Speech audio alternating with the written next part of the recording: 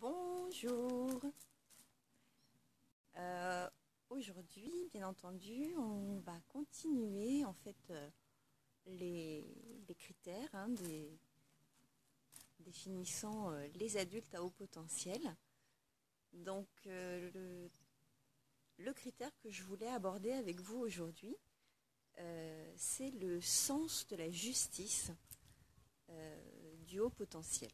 Alors, je dis du adulte à haut potentiel, mais en réalité, c'est vraiment le sens de la justice chez le haut potentiel, puisque ce sens aigu de la justice est visible très tôt. On s'en aperçoit d'ailleurs dès l'enfance. Dès l'enfance, l'enfant forcément va être confronté à l'injustice. Il va être confronté au sentiment d'injustice. Donc en termes d'émotion, ça peut être assez fort, assez intense. Il va s'apercevoir très vite, très tôt, qu'il y a une grosse différence entre ce qu'il attend du monde en termes de situation juste et dans ce qui se passera réellement. Lorsqu'il est confronté à une situation d'injustice dans son enfance,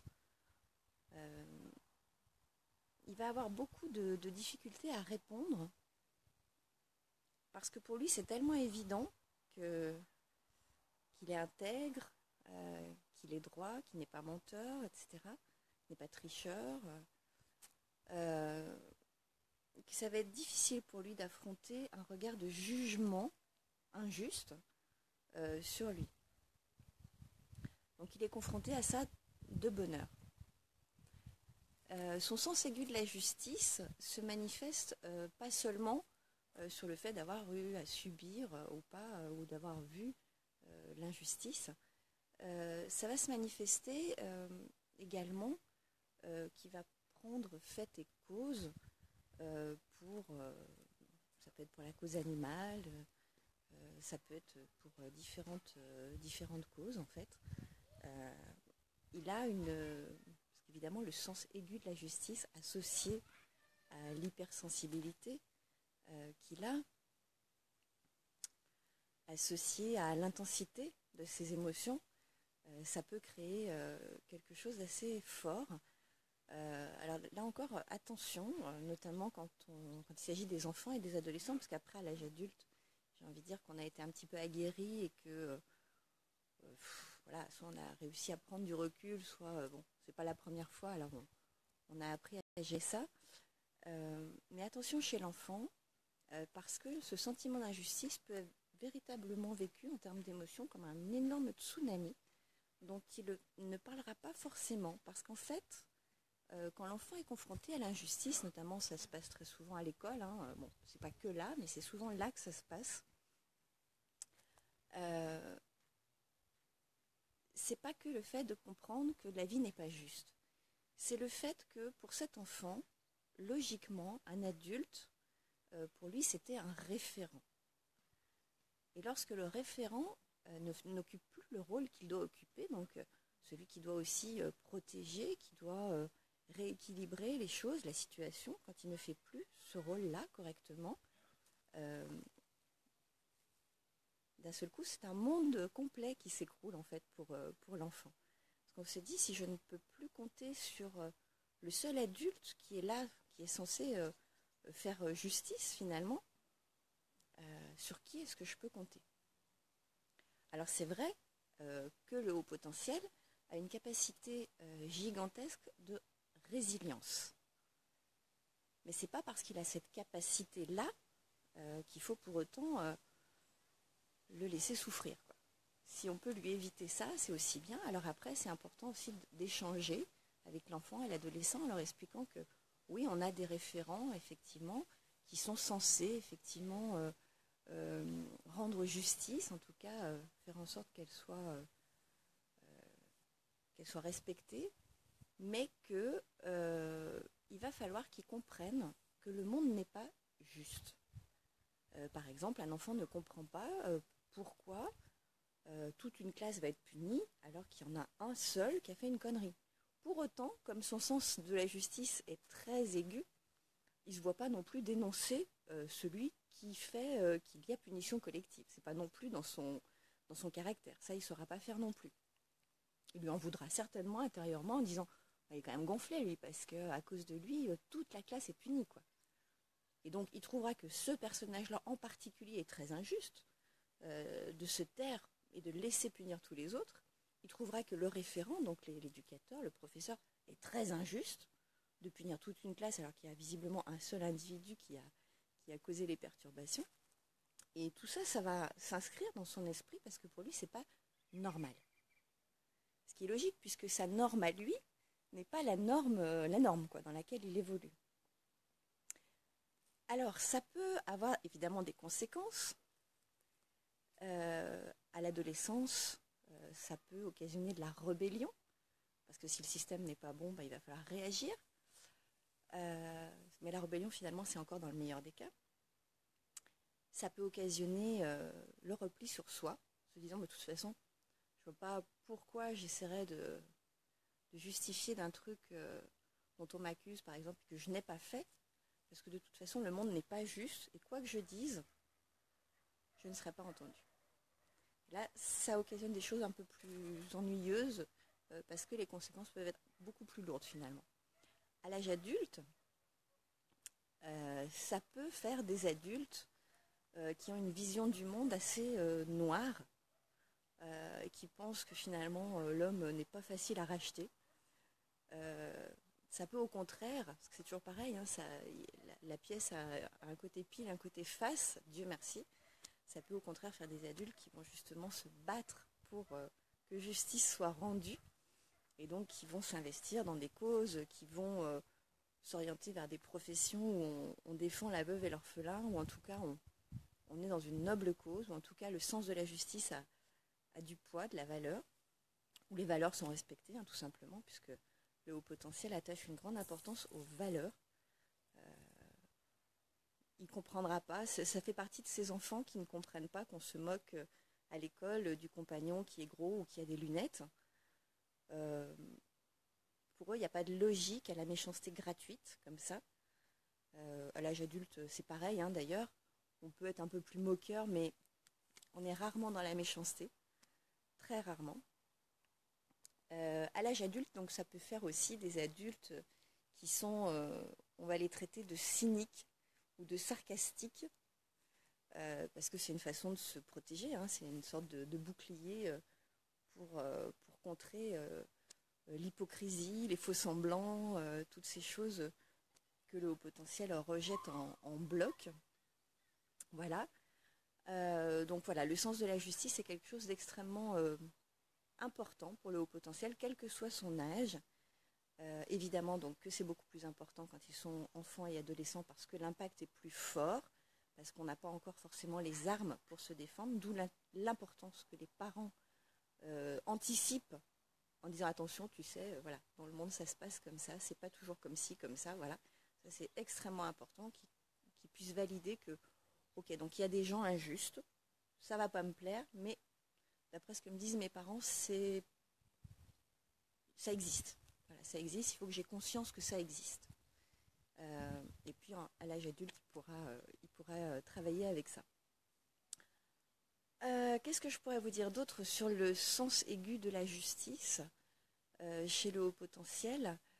Non, je crois qu'on a vraiment fait le tour. Le point le plus important à retenir, je crois, c'est que effectivement, pendant l'enfance et à l'adolescence, c'est à surveiller de très près que ce jeune-là ne soit pas victime d'injustices trop fortes, de mots trop violents. Moi, je me souviens, je vais vous citer cette anecdote parce que je m'en souviens encore tellement ça m'avait frappée.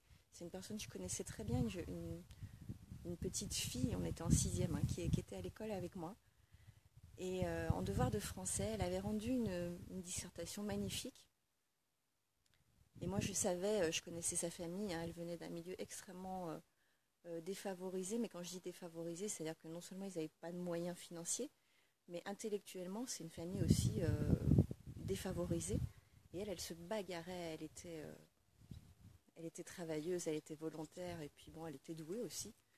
Et quand l'institutrice, enfin, quand le professeur de français lui a rendu sa dissertation, lui a dit, tu sais, il faut que tu le dises si tu t'es fait aider. Hein. Et je me souviens que cette amie s'est décomposée. J'ose à peine imaginer la violence que ça a pu être pour elle à ce moment-là. Ce sentiment d'injustice, comme ça, d'être accusée d'avoir été aidée, alors que... Voilà. Et elle a simplement pris une grande respiration et elle a répondu, vous savez, madame, chez moi, il n'y a personne qui soit capable de m'aider. Et la professeure a fermé son clairon, et c'était très bien. Mais sur le moment, je me souviens avoir souffert avec cette amie parce que j'ai vécu cette injustice avec elle. Certainement pas aussi violemment qu'elle n'a pu la vivre, mais j'ai trouvé ça tellement dur, tellement injuste, tellement gratuit. Si les adultes s'entendaient parler parfois aux enfants, bref. Et on va pas clore là-dessus, on va clore sur le fait que j'ai eu des nouvelles de cette amie. Je crois qu'elle a fait le lycée le plus réputé de la région. Je ne sais pas ce qu'elle en a fait après parce que je l'ai perdue de vue. Mais je sais qu'elle s'est bagarrée et qu'elle a donc probablement réussi à aller là où elle avait envie d'aller.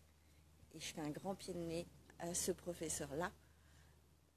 Voilà, et je suis ravie pour elle parce que ça aurait pu avoir des conséquences bien plus dramatiques parce que tous les enfants ne réagissent pas de la même façon. Elle avait pour elle d'être peut-être solide, en tout cas de ne pas lâcher son objectif de vue. Elle ne voulait pas rester dans l'environnement dans lequel elle était née, elle voulait en sortir. Et je crois qu'elle y est parvenue. Voilà, mais bon, c'était une anecdote pour parler de ce sens de la justice, donc qui est souvent malmené, alors qu'il a énormément d'importance pour le haut potentiel. Et c'est important d'en parler parce que parfois l'environnement peut avoir le sentiment qu'on réagit de façon disproportionnée face à une injustice. Et effectivement, les normaux-pensants, hein, puisqu'on les appelle comme ça, réagiraient peut-être totalement différemment, seraient peut-être même indifférents face à certains types de situations d'injustice, alors que le haut potentiel va vivre ça de façon extrêmement intense, voire personnelle. Donc, c'est à travailler effectivement à l'âge adulte d'apprendre à prendre du recul. Est-ce que ce sens aigu de l'injustice est lié à une blessure d'injustice? Et en même temps, la blessure d'injustice ne touche pas que les HP. Alors écoute, je ne saurais pas te répondre parce que je ne suis pas assez calée sur les blessures dont parle Lise Bourbeau. Je m'y intéresse très fortement parce que c'est effectivement passionnant. Je ne sais pas parce que la dernière vidéo que j'ai suivie sur les blessures, sur les 5 blessures, parce que ça m'intéresse énormément, c'était une femme, je te retrouve son nom, qui avait l'air de dire que les blessures, pour certaines, étaient déjà inscrites sur le bébé qui sort du ventre de sa mère. Donc il n'y a pas forcément de lien de cause à effet. Elle disait également dans cette vidéo qu'on pouvait avoir eu des parents extrêmement bienveillants et quand même avoir une des blessures qui semblait du coup incohérente avec l'éducation qu'on avait pu avoir, mais parce qu'en réalité c'est vraiment beaucoup lié à la façon dont la personne va ressentir les choses, va vivre les choses, et parfois malgré toute la bienveillance du monde, tout l'amour du monde, on peut avoir effectivement une des blessures. Après, je ne peux pas répondre précisément du coup à ta question parce que je n'ai pas la compétence nécessaire sur chaque blessure. Donc je ne sais pas, par rapport à la blessure d'injustice, je ne saurais pas dire en fait. Par contre, il faut faire attention parce que j'imagine, et là c'est en toute logique, que ça peut l'amplifier si elle existe déjà ou la développer si elle n'est pas là, quoi. Oui, oui, mais je comprends que ça te questionne. Et effectivement, c'est intéressant que tu me parles de ça, parce qu'à chaque fois, ça me fait faire des connexions aussi sur d'autres choses. euh, j'ai encore jamais, tu vois, approfondi sur le fait que est-ce que les HP ont plus ou moins certaines blessures. Ah bah, Rachida me confirme, Rachida qui est une HP et qui étudie de très près tout ça, qui me confirme que les HP ont la blessure de l'injustice. Moi, je savais que je l'avais, mais je ne savais pas que tous les HP l'avaient. Tu vois, comme quoi on a toujours à apprendre. Je te remercie, Rachida. Merci beaucoup. C'est aussi ça, hein, la transmission. C'est que voilà, on transmet ce que l'on connaît et on partage. Et ceux qui ont des informations complémentaires viennent les apporter et on s'enrichit. C'est comme ça qu'on grandit, qu'on progresse et c'est merveilleux. Je te remercie Rachida, je te remercie Valérie pour cette question pertinente comme d'habitude, j'ai envie de dire. Voilà. Donc, alors, si effectivement tous les HP ont la blessure d'injustice, ça appuie encore davantage mon propos de surveiller de très près l'enfance et l'adolescence de nos petits HP, euh, parce que du coup, ça ne peut que l'amplifier. Donc, et ben voilà, tu l'as aussi. Ben voilà. Bon, bah écoute, peut-être que je vais arrêter de faire des entretiens d'1 heure et demie avec les personnes quand je les rencontre pour la première fois. Je vais juste leur parler d'injustice. Je vais dire, c'est bon, c'est bon, c'est bon, vous êtes un excellent candidat. Oui, merci, merci Rachida. Ouais. Non, non, mais pour être plus sérieux, effectivement, je vais continuer mes entretiens et les faire le plus sérieusement du monde. Mais je vais effectivement aller approfondir du côté des 5 blessures. Parce que s'il y a un travail complémentaire qui peut aider, ça vaut le coup. Ça vaut le coup d'aller creuser, même si effectivement j'accompagne davantage les adultes, hein, j'accompagne pas les enfants. Mais bon, ce sont d'ex-enfants, donc il y a matière à aller voir et à aller creuser. Voilà, on a fait le tour hein, du sens aigu de la justice, même si on pourrait aller plus loin parce que il y a une relation évidemment avec leur hypersensibilité, il y a une relation avec des tas d'autres critères. Hein. Alors là où il faut faire attention aussi quand même, je vais en parler même si c'est pas longtemps, euh, le fait que certains hauts potentiels ont des tendances à avoir de grosses angoisses qui peuvent les conduire à la dépression. Et là, on parle beaucoup des adultes, mais ça peut arriver aussi plus tôt. Ça peut arriver à l'adolescence notamment. Là, du coup, c'est à surveiller que ce ne soit pas la conséquence euh, d'un vécu d'injustice. Parce qu'encore une fois, rappelons-nous, donc le HP a une énorme capacité à la résilience, et donc il peut avoir gardé ça pour lui. Et on sait très bien que les grosses valises comme ça avec des pierres dedans, c'est mieux de les poser quelque part, donc si possible, à vérifier, à surveiller. Voilà. Ben, je vais vous laisser là. Je vous remercie d'être fidèle à mes vidéos. J'espère que ça vous apporte ce que vous en attendez. Et si vous en attendez plus, dites-le moi, parce qu'encore une fois, vraiment mon objectif, c'est de pouvoir avancer ensemble sur l'accompagnement du haut potentiel.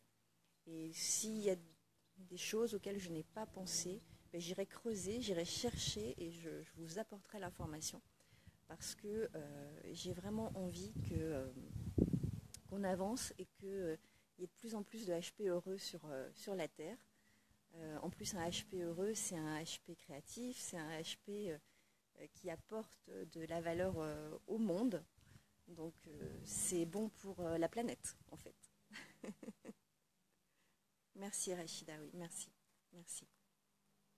Bon, bah, je vous souhaite une bonne fin de dimanche. On est dimanche, hein. Je sais pas en fait si on est dimanche. Et je vous dis à demain. Voilà, merci beaucoup.